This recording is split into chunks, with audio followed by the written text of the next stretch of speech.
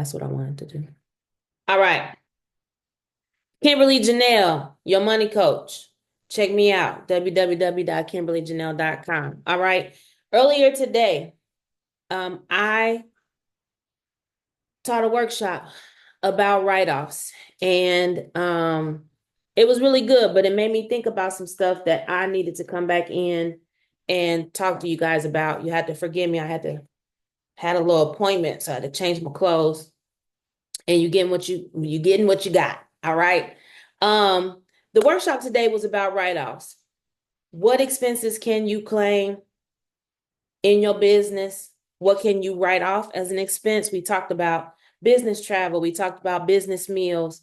We talked about so many different things, but this one particular thing that I want to talk to you about tonight is something that I was thinking about it on my way back home. I kind of need to share this information a little freely, I believe, because it's definitely an issue in entrepreneurship. There are three things that you need to do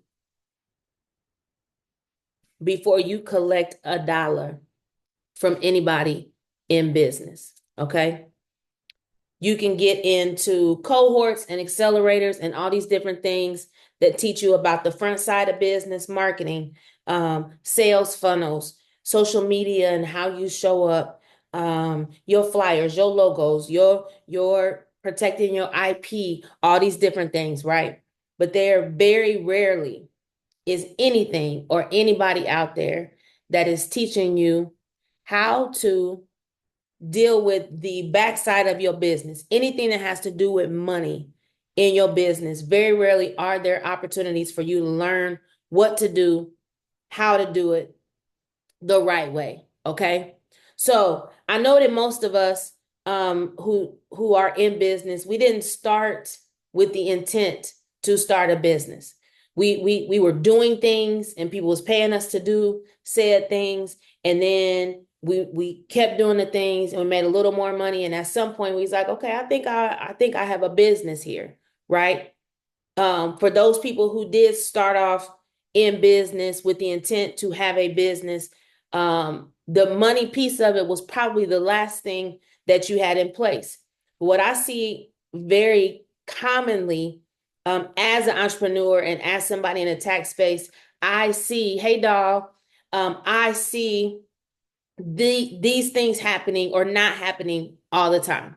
Okay. So again, three things that you need to do before you make a dollar in your business. Now, if you've already been making money, that's fine. You need to stop where you are and get these three things in place. Okay. Number one, you need, it is imperative that you have a separate bank account for your business. Now, let me make this very clear.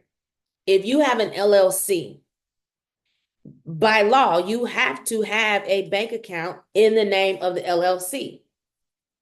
So you have no choice but to have a business bank account. Okay. I register my business. I go to Chase Bank, First Internet Bank, whatever. I tell them the name of my business. They pull me up on the Secretary of State. I immediately and automatically have to get a business bank account. Notice what I'm saying, because I'm starting an account for my business because it's registered as an LLC. I automatically have to get a business bank account. I have to go to the business division and open a bank account. I'm being very specific with this for a reason, okay? But if I'm a sole proprietor, if I'm somebody who just decided, let's just use this example, Captured by Kimberly. I want to be a photographer. I got a camera. I'm pretty good with it. I got a good eye, and I've decided, you know what? I think I kind of want to give this a go. People always asking me to come take pictures and whatever, whatever, whatever. As a sole proprietor, you don't have to register at all. I don't have to register with the state. I don't have to get an EIN number. I don't have to do any of those things. Now, I personally recommend people to get an EIN number because that separates Kimberly the business from Kimberly the person. Okay, but you don't have to. You can just go for it. When I go to open up a bank account, for Captured by Kimberly. I can open up a bank account without having to go to the business department of the bank and get a bank account. Meaning, I can just open a second checking account.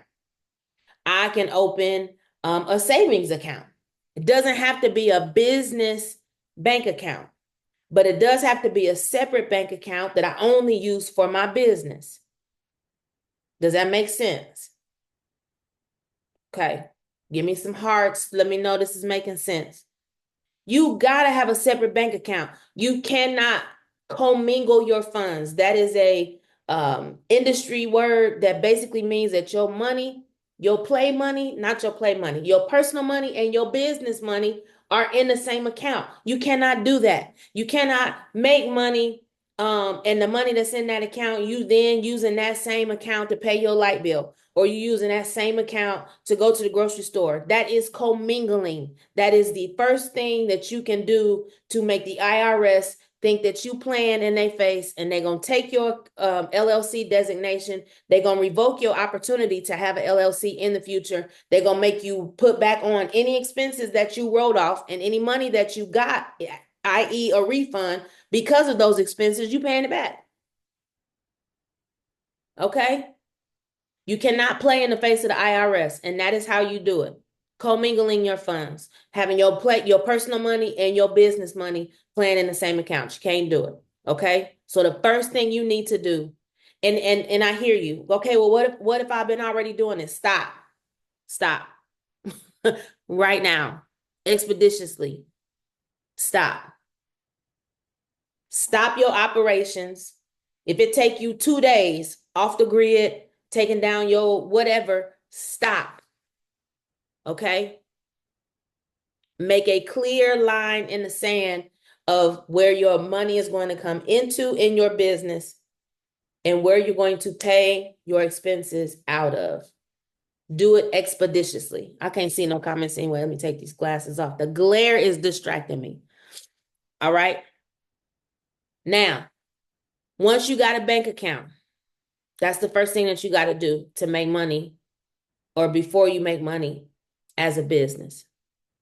The second thing that you need to do is you got to figure out how you can receive money into your business. Let me give you an example, okay? I am a business owner, which means that if I patronize your business, let's say these are just these are examples. Let's say okay, here's some good examples here's some good examples.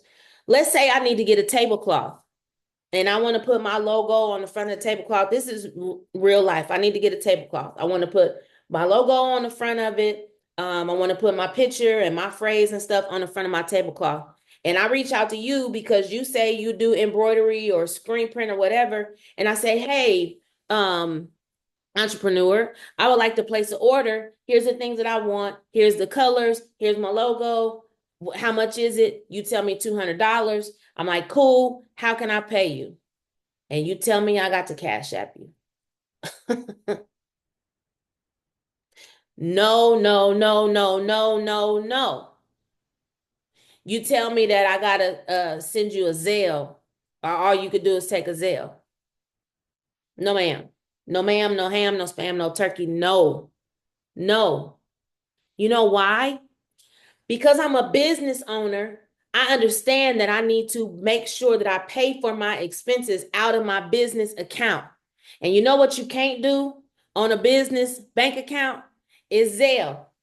I can't set up Zelle on my business bank account. I can't do it. So I can't Zelle you from my business bank account. And that's where I need the money to come from. So I have to make a decision.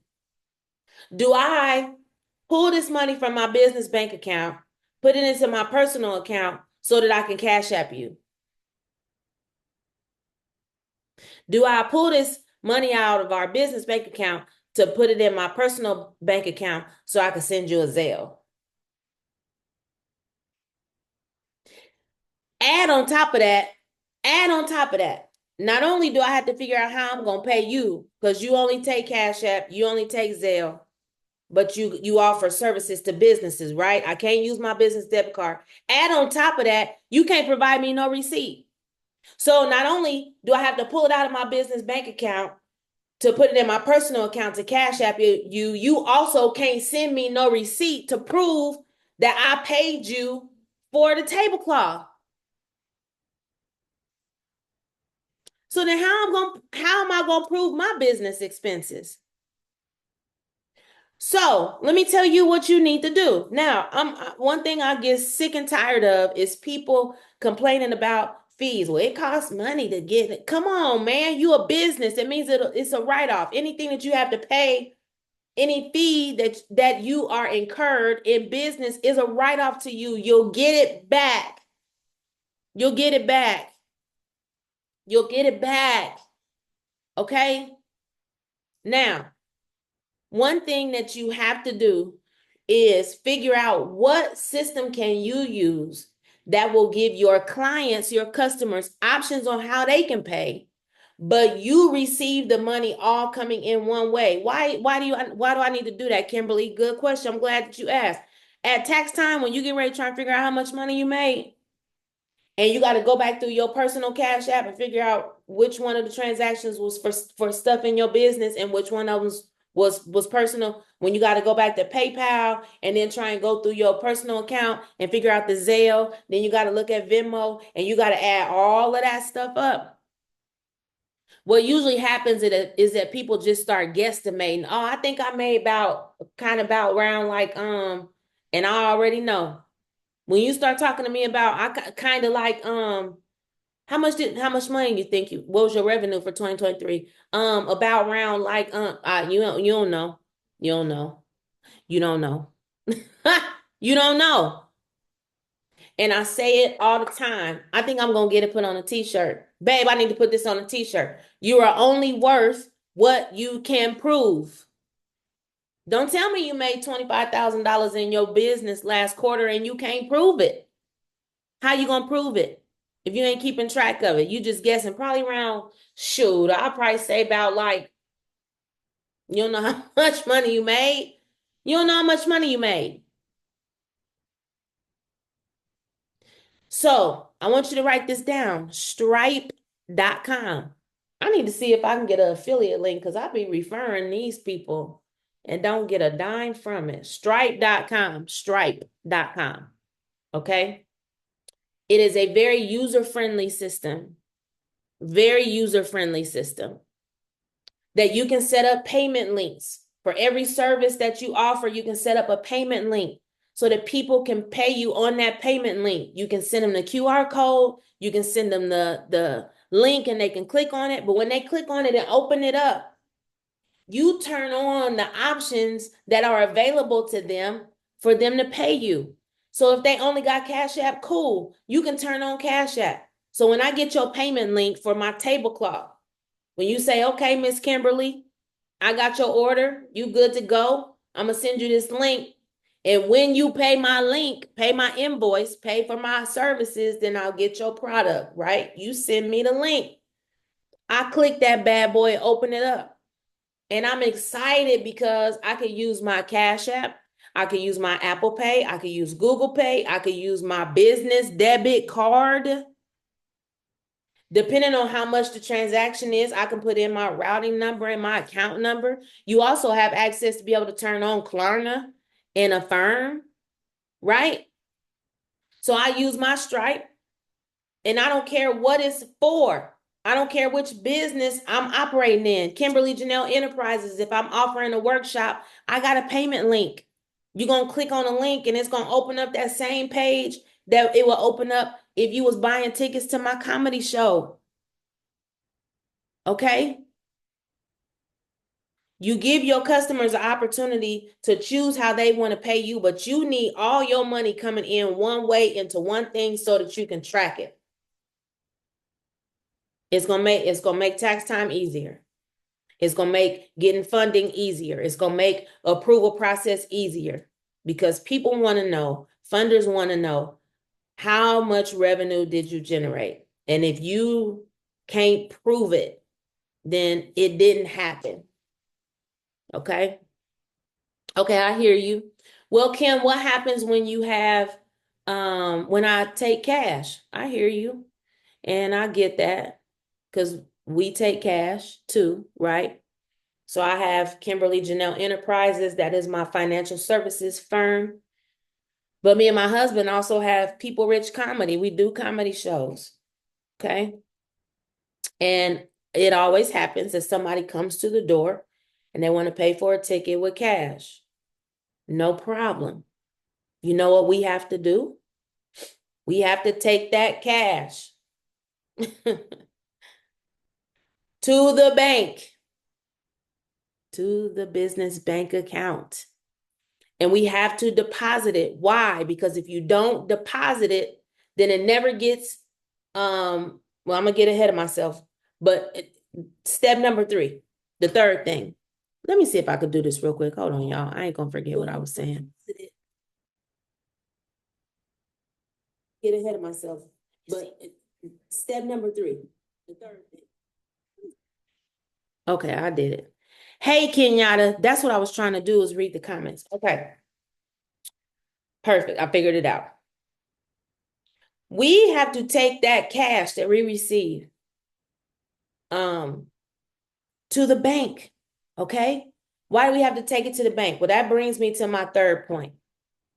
The third thing that you need to do before you collect $1 from anybody is you need to connect your bank account. Now that you've got your bank account for your business open and established, you need to connect it to a software system, software program. I'm always going to recommend QuickBooks. Why am I going to always recommend QuickBooks? Now, listen, there's some free stuff out there. There's Wave, there's Xero, there's FreshBooks, there's tons of stuff, okay? But I will tell you that any financial professional, 95% of the financial professionals use QuickBooks. So you need to use the software. If you plan on outsourcing your bookkeeping, you need to use the software that majority of financial professionals are using. Why? Okay, Kimberly, I need some bookkeeping services. Okay, no problem. What kind of software do you use right now? Oh, I use Xero. Xero is not compatible with QuickBooks, and we can't just transfer that information. So we'll have to export it from Xero, import it into QuickBooks. I have to double check to make sure that we didn't lose anything. That's a whole lot of time, and it's going to cost you a whole lot of money. And if you cool with paying that, then go on to Xero, FreshBooks, all of them other ones, okay?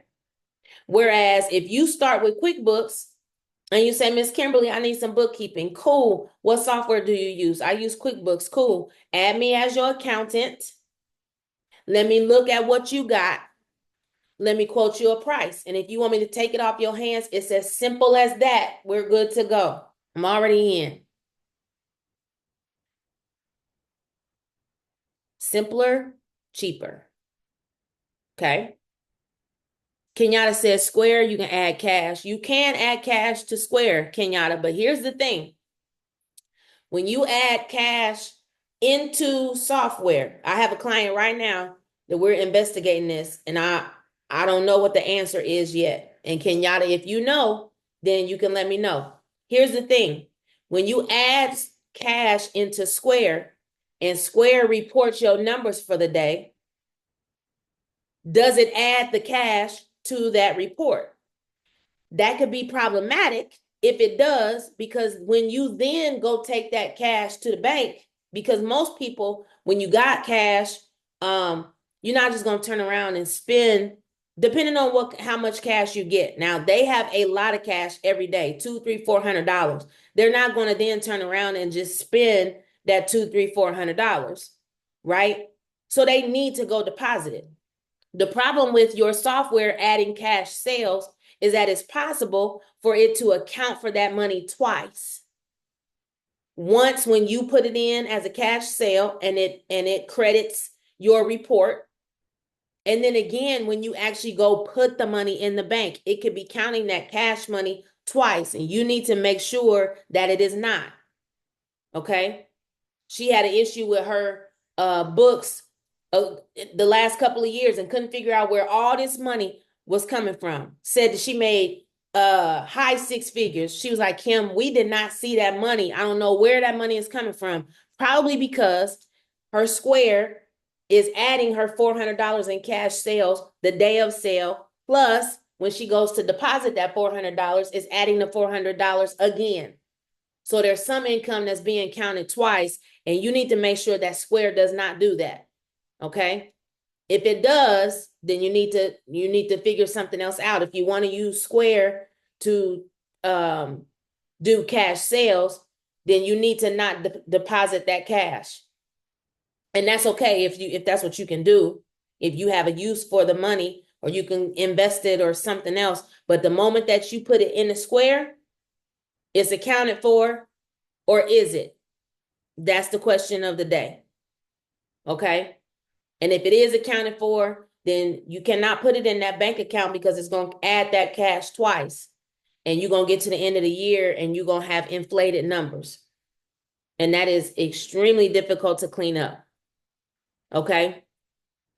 But if you have cash, if you receive cash sales, you have to go put it in that bank account. Why? Because if it never touches QuickBooks, that's what I'm saying, Kenyatta. She said that's what is happening. Absolutely. It's going to double. It's going to count that same money twice. And you're going to get reports at the end of the month that you made a certain amount of money. You was like, where the rest of the money at? Where the rest of the money at? It's because that cash is being counted twice. Okay? My recommendation, if that is indeed happening, is that if you're going to use Square for the cash sales, you got to then go put that money in your personal bank account. Okay? Because if you put it in a business bank account and it's already accounted for via Square, you're doubling that income. Okay? If you never put the money in Square, if you never put the money in your bank account, let's go back to, because I don't use Square, I use Stripe. I haven't investigated this to see if there's a way for me to account for cash sales. I've never thought about accounting for cash sales in my Stripe. My way for accounting for cash sales is just going and putting the money in the bank. Okay? My deposit equals my cash sales. Now, what happens if I get cash and I never put it in the bank account? Well, it never touches QuickBooks, which means that it's never accounted for as income, which means that my income numbers are deflated. They're not as high as they should be because the cash that I made, I never put it in that account. I used to do that. Before I knew better, I used to do that. People would pay me in cash to speak at places. People would pay me in cash for tax returns. People would pay me in cash. And I take that cash, I go to the gas station, put gas in my car. I go to the grocery store, get some groceries. I stop by somebody's drive-through.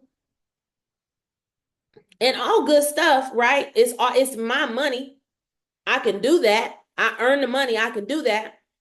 But then when it comes time to report how much money I made for the month, because that money never touched my bank account and never touched QuickBooks, then it's not accounted for. It didn't exist.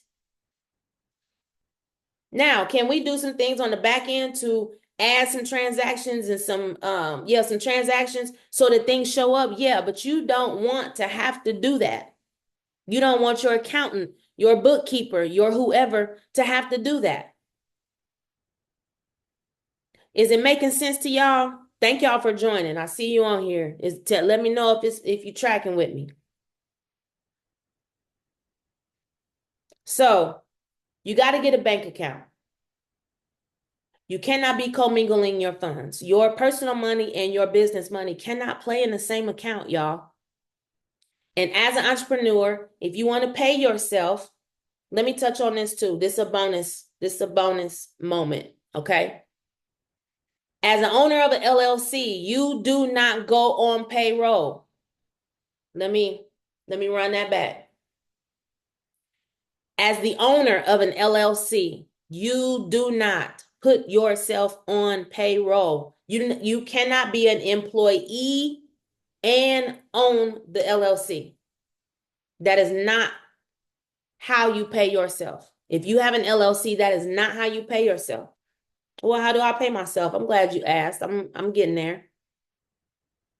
If you own an LLC and you make $1,000 and you need to take 800 of those dollars and pay your rent and whatever else, all you do to pay yourself is to make a withdrawal from the business bank account. That's your paycheck to yourself. It's just withdraw the money. You know why it's that simple? Because at the end of the day, your LLC is like your dependent. There's no such thing as, well, I did my personal return and now I need to do my business return. No, boo-boo, it's all together. And if somebody did it separate like that, then they didn't know what the heck they was doing. Your business return for an LLC is just a schedule that is connected to your 1040. But it's like your kids. It will always be connected to your personal tax return as long as you have the business. Okay? And so let's say in this LLC, you made $50,000. Let's say you made $50,000 in your LLC. All right? And you paid out business expenses, you bought stuff, advertising, you bought supplies, you whatever, right? And at the end of the year, you got about $5,000 left in this account in your business. The IRS says that that is your personal money. That profit that's left over in your business bleeds over, flows over as your personal income. So any money that you pull out of the business bank account is just your owner's draw. It's how you pay yourself. Okay? You do not put yourself on payroll with an LLC. Never. Ever. You never put yourself on payroll when you have an LLC. If you have an LLC that's being taxed as an S Corp, then payroll is mandatory for everybody who gets paid in the company. But if you have a regular LLC,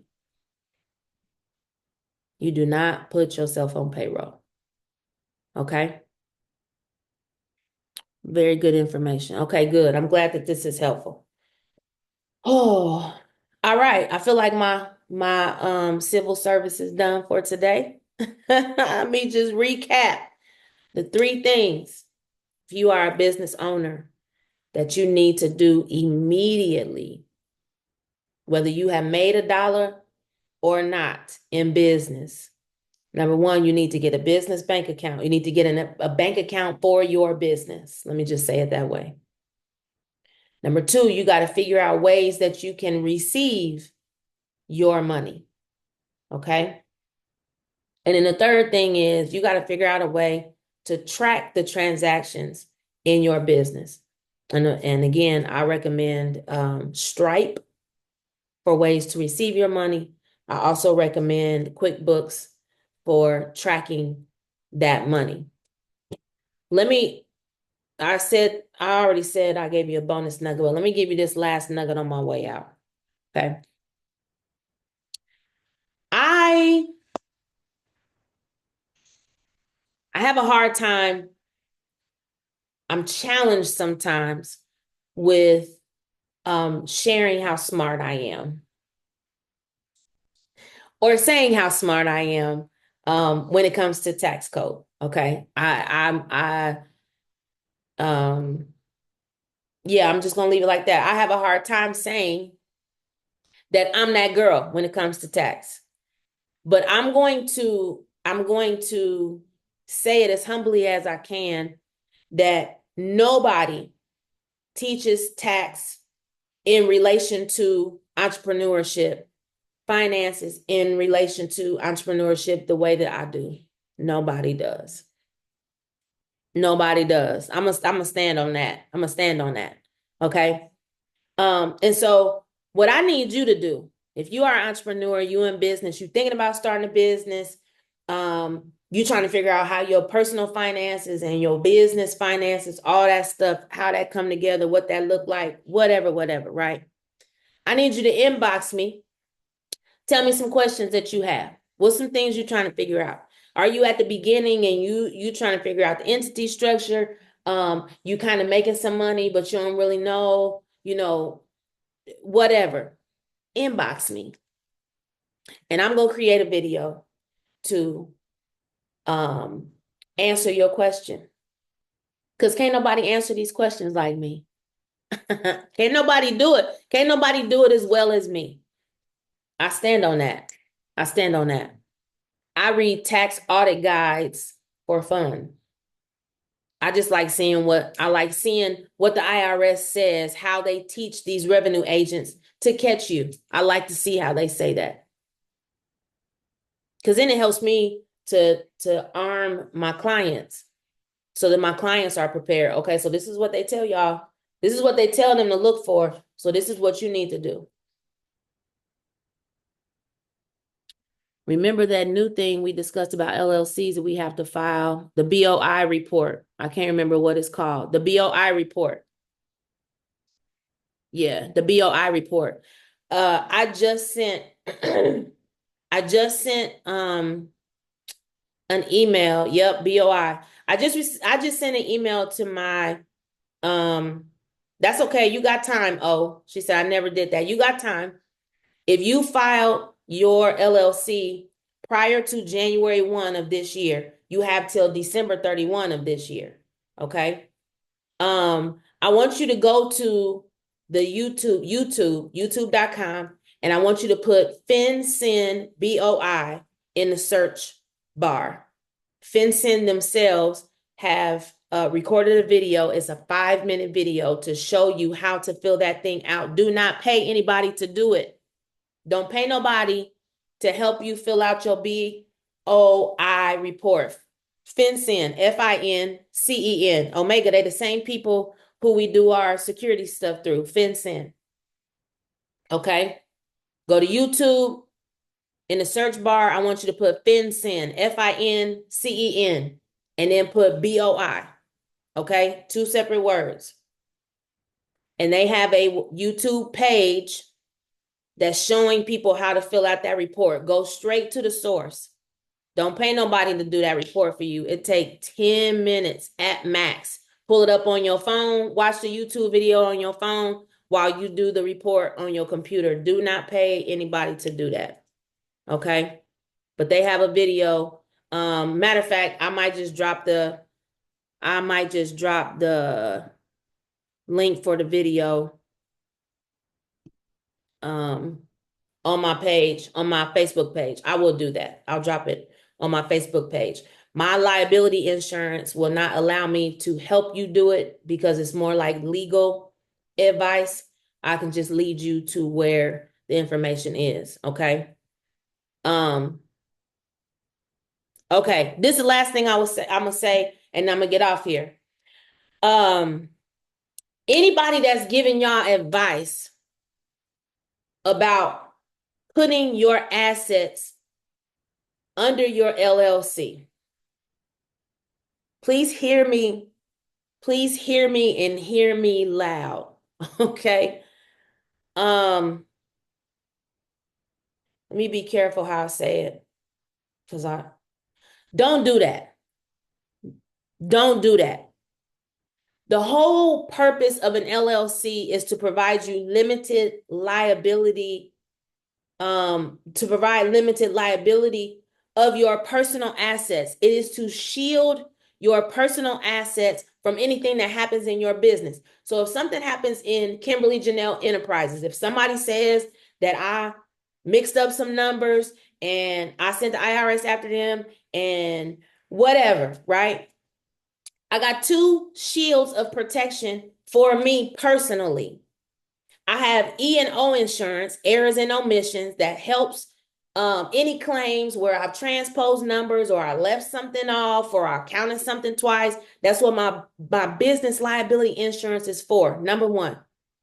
The second shield of protection I have is my LLC, that if they decide to still come after me, They can only get the assets that my business owns. Guess what happens when you put your car in the name of your business? Now they have access to your car because your business owns it. Guess what happens when you transfer the ownership of your home to your LLC? Now you've made it vulnerable and accessible to anybody who wants to sue your business. The point of having an LLC is to protect all of your personal assets from anything that happened in your business. When you transfer ownership to the business, you set your car out there, you might as well leave the door open and leave the keys in. You might as well turn your security alarm off and leave the door open. Do not put your personal assets in the name of your business unless you know the next step. And the next step is a trust. Your trust has to own your LLC for your LLC to hold your personal assets and they not be available in situations like that. And that's all I'm going to that's all I'm going to say about that. Do not put your car in your business name. Do not put your house in your business name. Okay? Especially if you're trying to do it for the wrong reason. I don't want nothing in my name. I'm trying to get off the grid. I don't want nobody coming after me for no child support. Not shut up. You basically just said you don't want to take care of your responsibilities. Shut up. Gone somewhere. Okay. I hope this has been helpful. I'm probably gonna be doing this more. I know probably. I'm gonna be doing this more often because I got a whole lot and I need to educate our people on how we can set up our businesses, the backside of our businesses so that we can be profitable, so that we can get funding, so that we can be sustainable, because our business is what we can use to pass on wealth, create legacy, and change the trajectory of our families. So y'all have a great night. Oh, okay, this is the last thing. This is for real the last thing. My workshop today on write-offs was dope. If you missed it, you can get the replay for $55 today. It was like an hour and a half of like boom, boom, boom information that people typically pay a strategy of the investment of a strategy session. My strategy sessions are $250. It's a recorded session, 60 minutes. But that content that I gave today in that write-offs workshop was really dope, if I don't say so myself. And you'll also get the worksheet that I created that goes with that workshop. So if you're interested in it, I'll be posting.